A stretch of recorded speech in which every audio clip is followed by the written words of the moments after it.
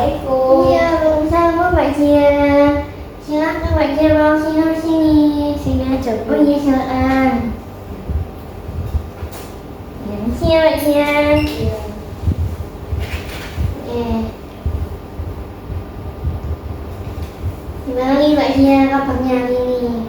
Alhamdulillah baik Ibu. Alhamdulillah. Ini sebelum kesini ada kegiatan, ada acara atau bagaimana Mbak Cia? Kuliah sih Bu. Kuliah. Iya. Semester berapa Mbak? Semester 5. Oh semester 5. Tadi kuliahnya apa nama kuliahnya? Penelitian kuantitatif. Oh penelitian kuantitatif. Gimana sama mata kuliah penelitian kuantitatif? Gimana ya? Untuk hari ini sedikit bosan sih Bu. Kenapa? Soalnya presentasi kan. Nah, terus teman saya itu presentasinya panjang banget Bu, kayak cerpen, kayak merasa kayak didongeng, jadi kayak ngantuk gitu Bu. Ya, seperti itu sih Bu. Emang tugasnya hanya luas saja? Nggak ada tugas lain atau bagaimana? Tidak ada Bu. Untuk di semester 5 ini bagaimana Mbak Cian? Sedikit agak berat ya Bu. Sebelumnya kan kayak dikasih deadline itu kayak 1 minggu atau 2 minggu. Terus kalau semester 5 ini 3 hari, kalau nggak gitu ya 2 hari. Itu udah harus kumpulin. Terus tugasnya juga langsung kayak hari ini ada tugas, besok juga, selanjutnya kayak gitu. Untuk perkuliahannya ini Mbak Cian paling itu kegiatan apa di kampus? Dulu saya pernah ikut Bu Mapala, tapi pas diklat saya tidak mengikuti. Kenapa? Ya karena lebih tepatnya itu nggak dibolehin ayah saya. Oh, oke. Kalau untuk kegiatan lain apa Mbak Cian ini mengikuti kegiatan selain di kampus? Tidak ada. Tidak ada. Baik. Tunggu Mbak Cian kesini pasti ingin menceritakan permasalahan ya. Jadi kita lanjut ke sesi berikutnya yang dimana saya sebagai fasilitator hanya bisa menjembatani Mbak Cian. Keputusan jawaban ada di tangannya Mbak Cian sendiri. Jadi Mbak Cian yang mengumpulkannya. Bisa dipahami? Bisa. Oke. Dalam sesi ini memiliki waktu 15 sampai 30 menit. Semisal Mbak Cian masih kurang 15 sampai 30 menit, mungkin di pertemuan selanjutnya Mbak Cian bisa menemui saya atau mengkonfirmasikan ulang untuk di jadwal berikutnya. Bisa dipahami Mbak Cian? Baik, untuk sesi ini Mbak Cian mau hari ini apa mau besok apa bagaimana Mbak Cian? Hari ini aja Bu. Oke, silakan Mbak Cian. Ya baik. Saya itu Bu selalu dipandang orang tua saya itu kayak masih kecil gitu. Ya. Merasa kayak masih di bawah umur. Terus kalau keluar kemana-mana itu juga masih istilahnya kayak disetir gitu Bu. Kemana-mana itu kayak nggak dibolehin, terus pulangnya harus jam segini, meskipun itu siang itu Bu, itu jam 12:30, kalau nggak jam 12 itu udah harus di rumah.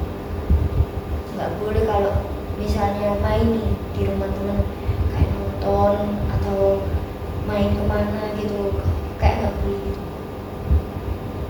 Oh, Mbak Cian ini saudaranya ini ada berapa? 4 sama saya Bu. 4. Nah, Mbak Cian ini di anak ke berapa? 1.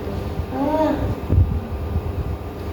Nah, Mbak Cian saat aktivitas tersebut itu di jam 1 itu apa Mbak Cian? Mbak Cian main apa gimana atau bagaimana?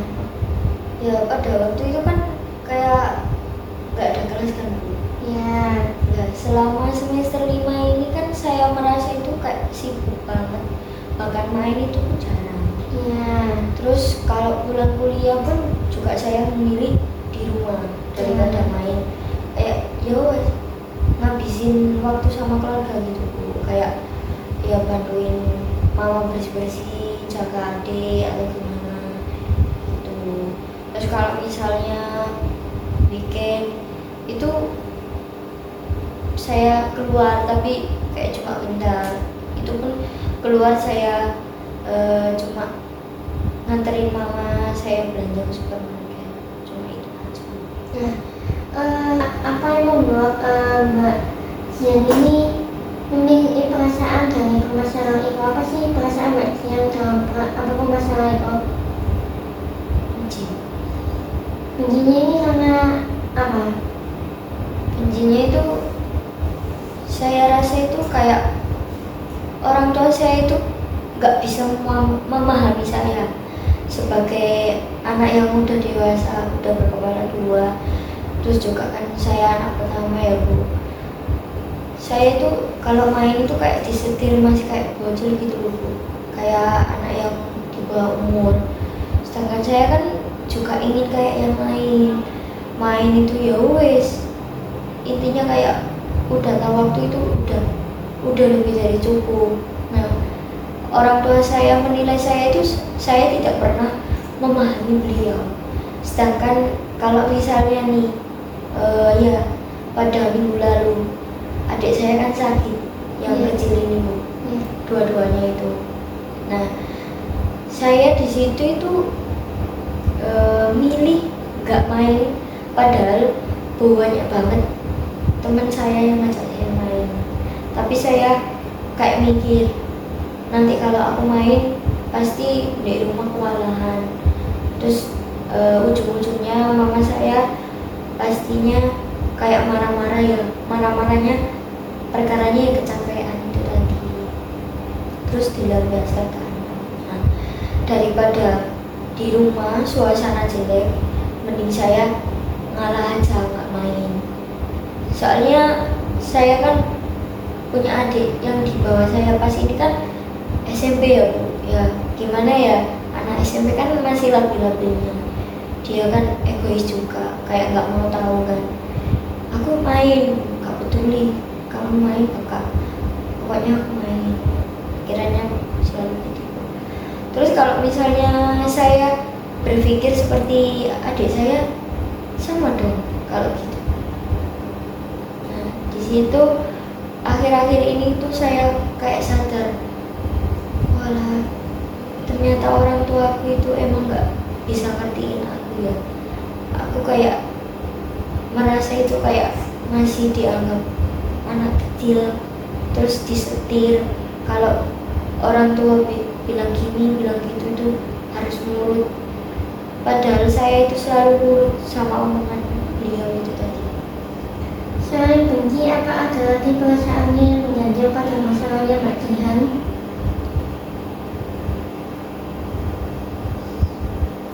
Apa ya?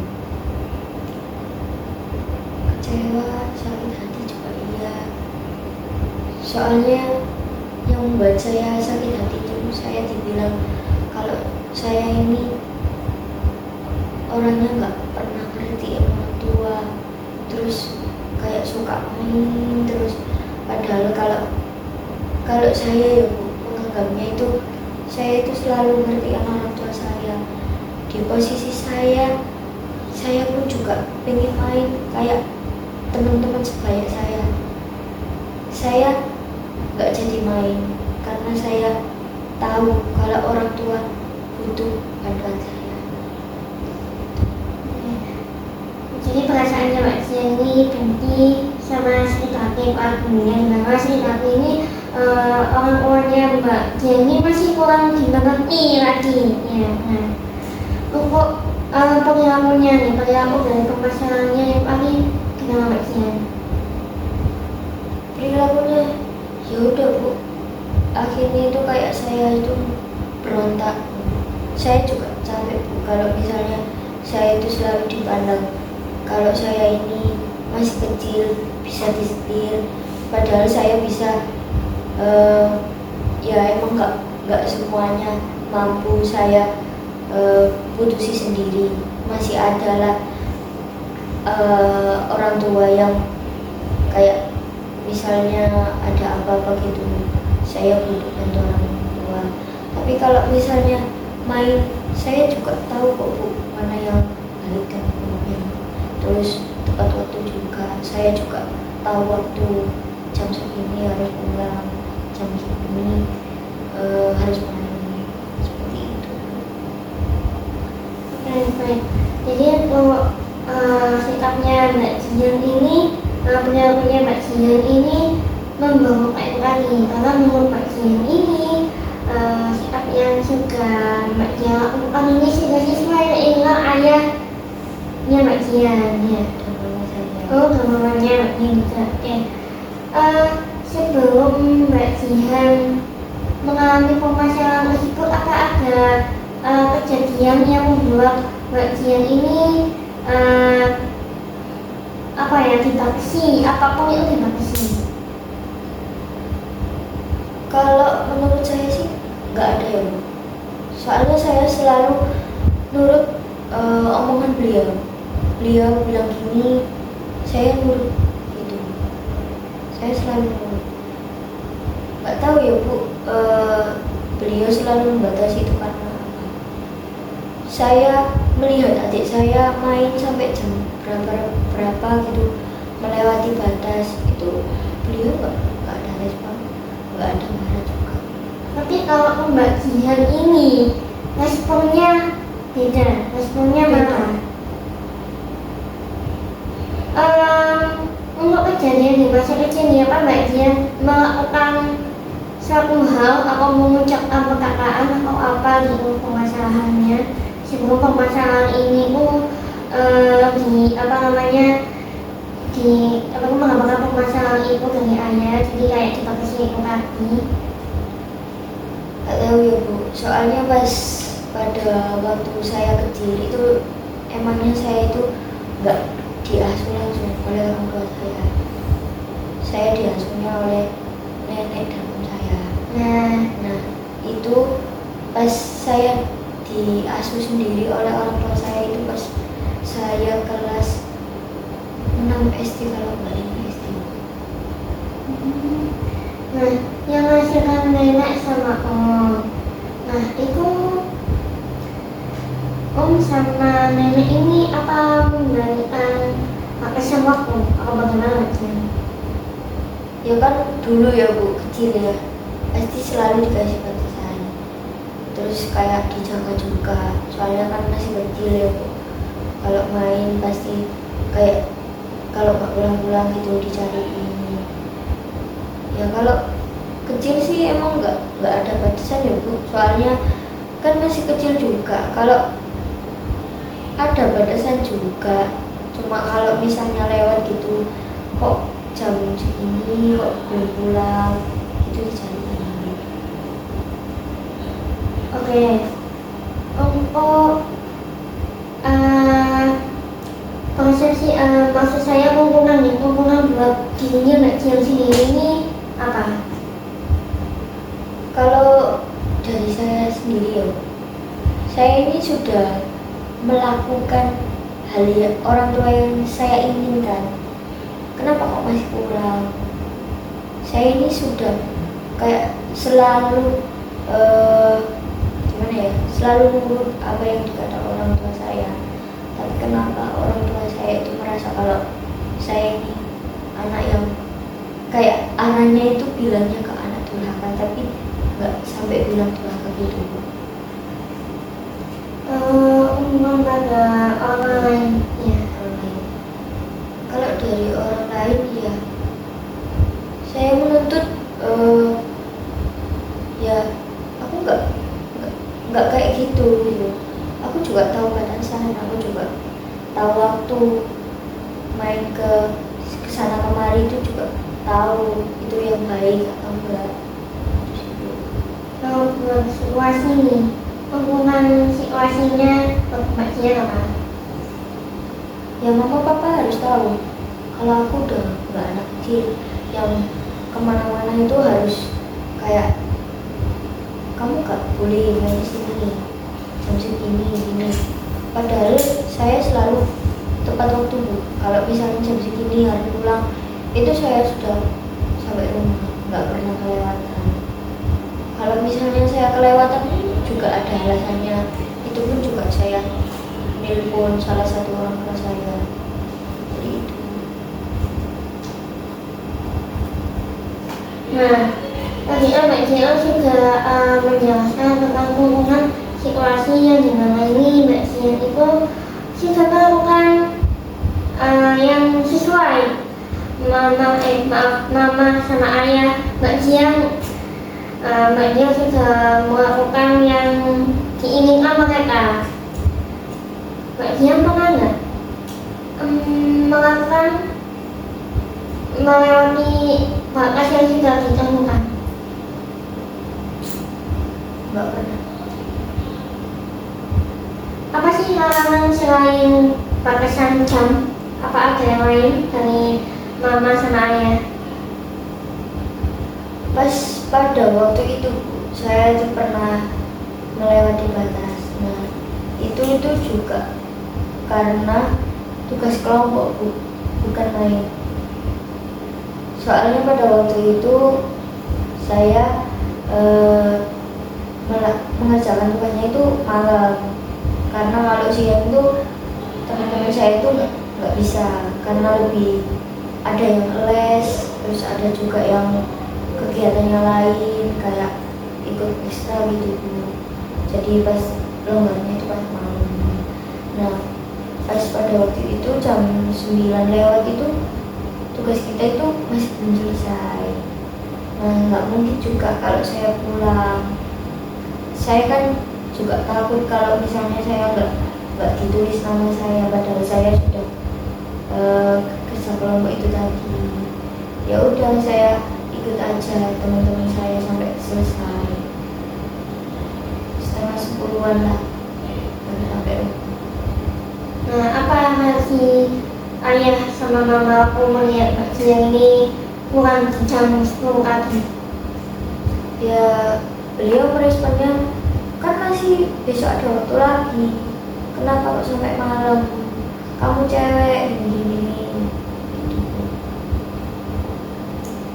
Lalu apa jawabannya Mbak Cia setelah sang ayahnya Mbak Cia ini sudah menjawab memberikan omongan seperti itu? Mbak Cia menjawab seperti apa? Selama ini Bu, saya kalau dimarahin itu nggak pernah bantah. Saya dengerin, terus nanti ujung-ujungnya saya overthinking, terus saya juga berusaha merubah sifat saya itu tadi biar orang tua saya itu nggak marah. Oke, Mbak Cia sudah mengubah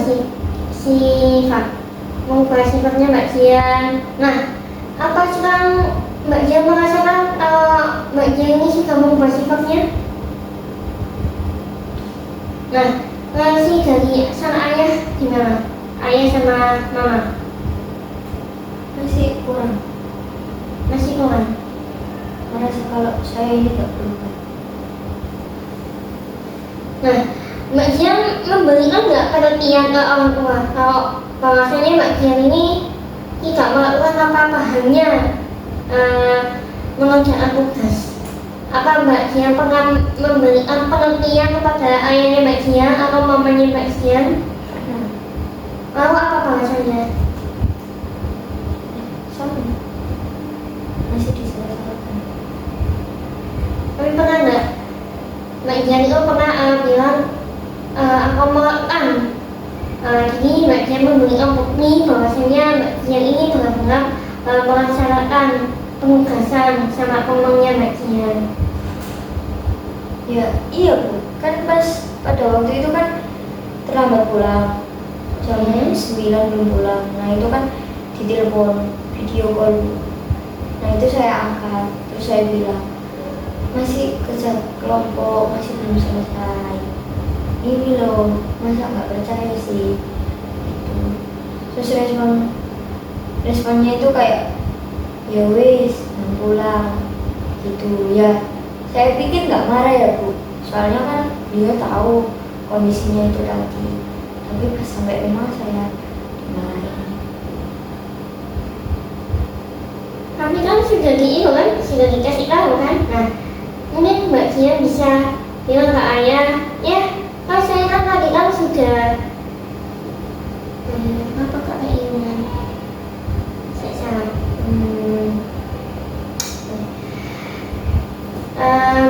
baik berarti Mbak Dian ini sudah memberitahukan kenapa Mbak Dian tidak mengklarifikasi ulang lagi kepada ayahnya Mbak Dian agar ayahnya Mbak Dian ini bisa memahami Mbak Dian.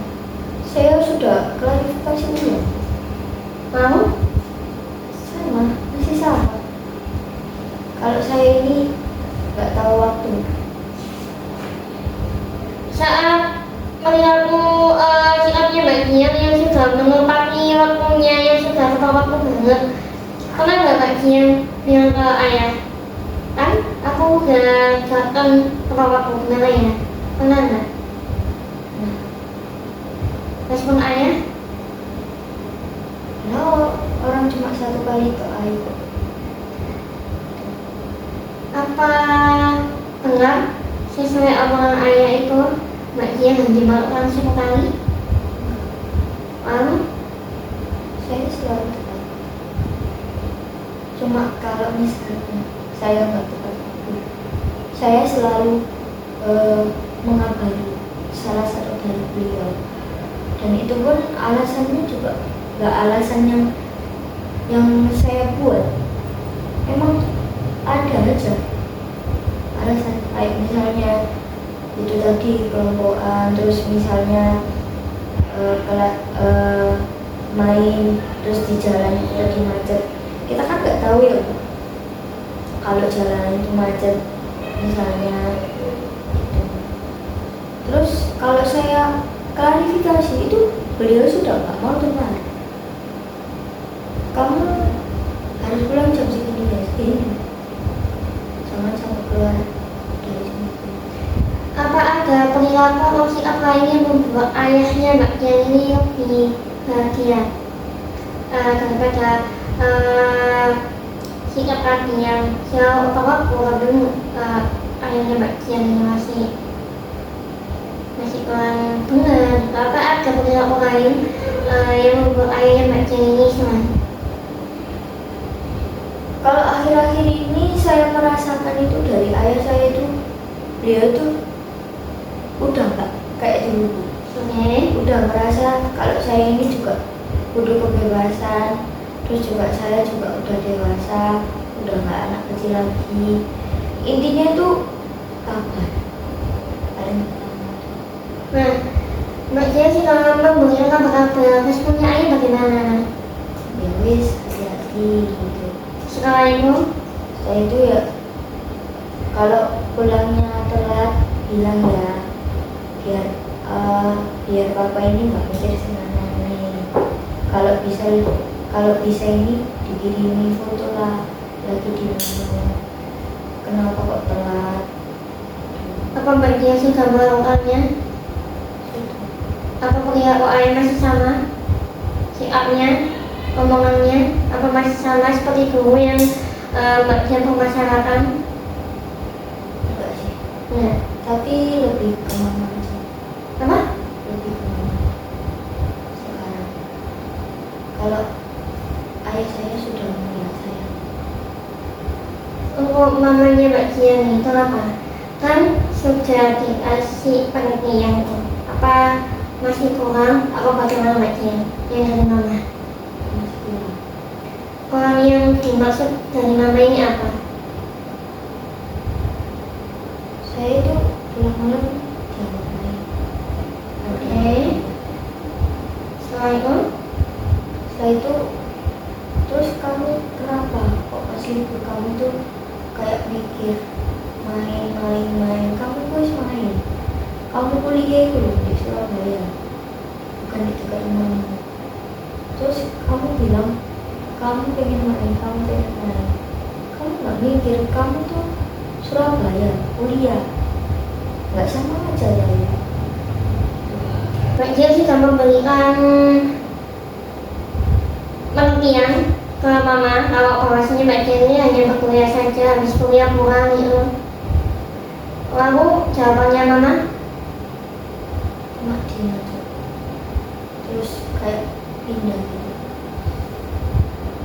Apa pernah Mbak Jian ini mengikuti gerak-geriknya Mama? Misal kan dia posisinya seperti nggak posisi kan. Nah, apa Mbak Jian masih mempertanyakan apa kayak ya sudah Mama sudah pindah masuk kamar atau bagaimana Mbak Jian? Ya, saya lebih Masuk kamar.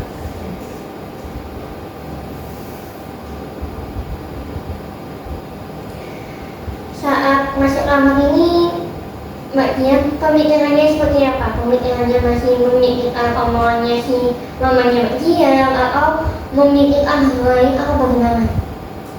memikirkan.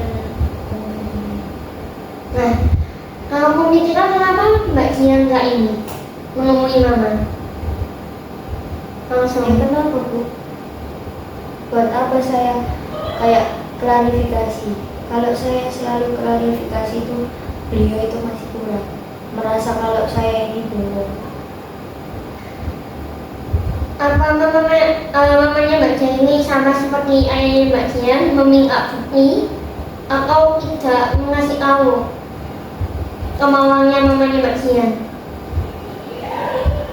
Beliau selalu silent treatment. Tapi saya paham, beliau marah itu pas pada waktu itu saya kan diajak belanja Bu. Iya. Nah, pada waktu itu saya kan capek, saya nggak mau. Terus saya bilang sama adek rumah, aku capek, saya bilang gitu.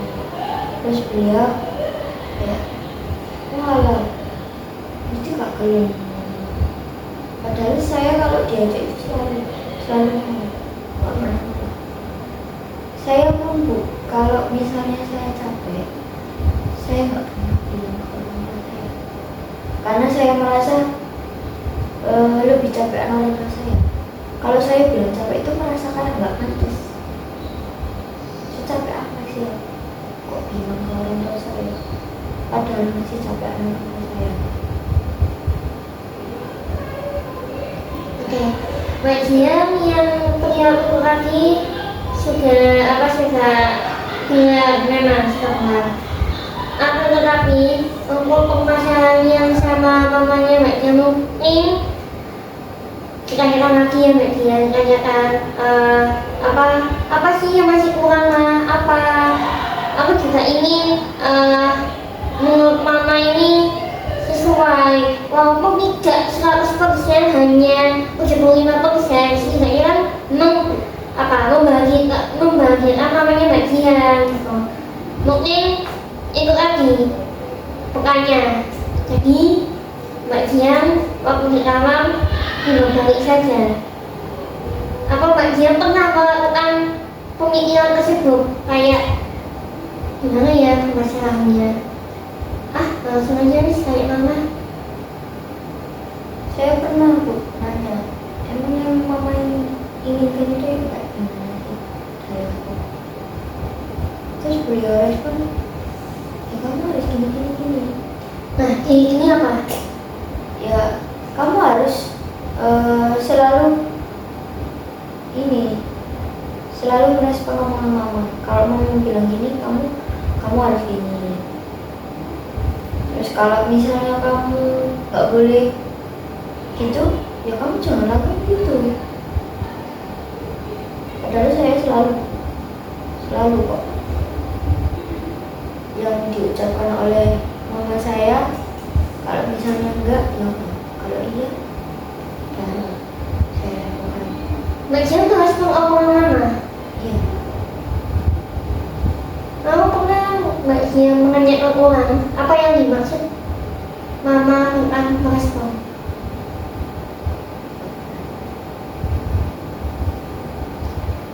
Untuk larangan yang dibilang sama mamanya Mbak Dian. Mamanya Mbak Dian kan bilang kalau jangan ngelakuin, ya bisa dibilang larangan. Nah, larangan yang dimaksud mama ini seperti apa? Mbak Dian pernah nanya nggak? Nah, Apa? ya itu tadi kayak pulang tuh main harus ngerti waktu. Terus anggapannya beliau itu kalau saya kuliah itu sudah dianggap main. Mbak Dian memberikan bukti nggak kalau Mbak Dian ini benar-benar kuliah? Jadi itu permasalahan mamanya Mbak Dian ini karena tadi ya Mbak Dian ini menolak ajakannya mamanya Mbak Dian. Ya. Lalu Mbak Dian ini kalau melakukan hal-hal ini makanya mamanya Mbak Dian ini nggak sesuai gitu. Enggak. Untuk permasalahan mengenai ajakannya mama, apa Mbak Dian ada ajakan menolak yang lebih sederhana lagi agar nggak menyakiti hatinya mamanya Mbak Dian, karena kan mamanya Mbak Dian kan sensitif sekali ya kan. Apa pernah memiliki pemikiran ini memang aku nggak bisa karena aku benar-benar capek, atau ada yang lain Mbak Dian? Ya saya bilang seperti itu, tapi beliau nggak tahu kan. Soalnya beliau kalau hari ini ya hari ini nggak mau bisa. Terus perkataannya kalau misalnya aku diajak ya ke supermarket itu kayak nggak boleh ada penolakan. Gitu. Apa Mbak Dian ini sudah memberikan pengertian? Ma, aku capek, kalau aku capek nanti kenapa-napa gimana? Apa Mbak Dian pernah mengatakan seperti itu? Mau responnya mama? Ya itu aja, kayak tiba-tiba nggak disapa, terus gitu sih. Jadi Mbak Dian ini kalau habis pulang kuliah ya, tapi itu mau nggak mau ya harus iya kan respon mama. Ya, baik, untuk permasalahannya Mbak Dian ini sampai di sini dulu. Kemungkinan nanti di pertemuan berikutnya Mbak Dian bisa menghubungi saya lagi. Untuk pertemuan berikutnya Mbak Dian mau di hari apa, jam berapa, tepatnya gimana? Hari Senin aja, Hari Senin jam 9. jam 9. Untuk tempatnya di sini apa di tempat yang lain? Di sini aja. Di sini aja, oke. Sebelumnya terima kasih ya Mbak Dian sudah mau menceritakan permasalahannya Mbak Dian, dan saya juga berterima kasih atas waktunya Mbak Dian sudah datang kemari. Terima kasih ya Mbak Dian. Ya saya juga terima kasih ya Bu sudah mau mendengarkan cerita saya dan ngasih saran juga, lebih tepatnya ya menyadarkan juga. Ya saya izin pamit Bu. Iya. Jadi ya Mbak Dian. Ya Bu.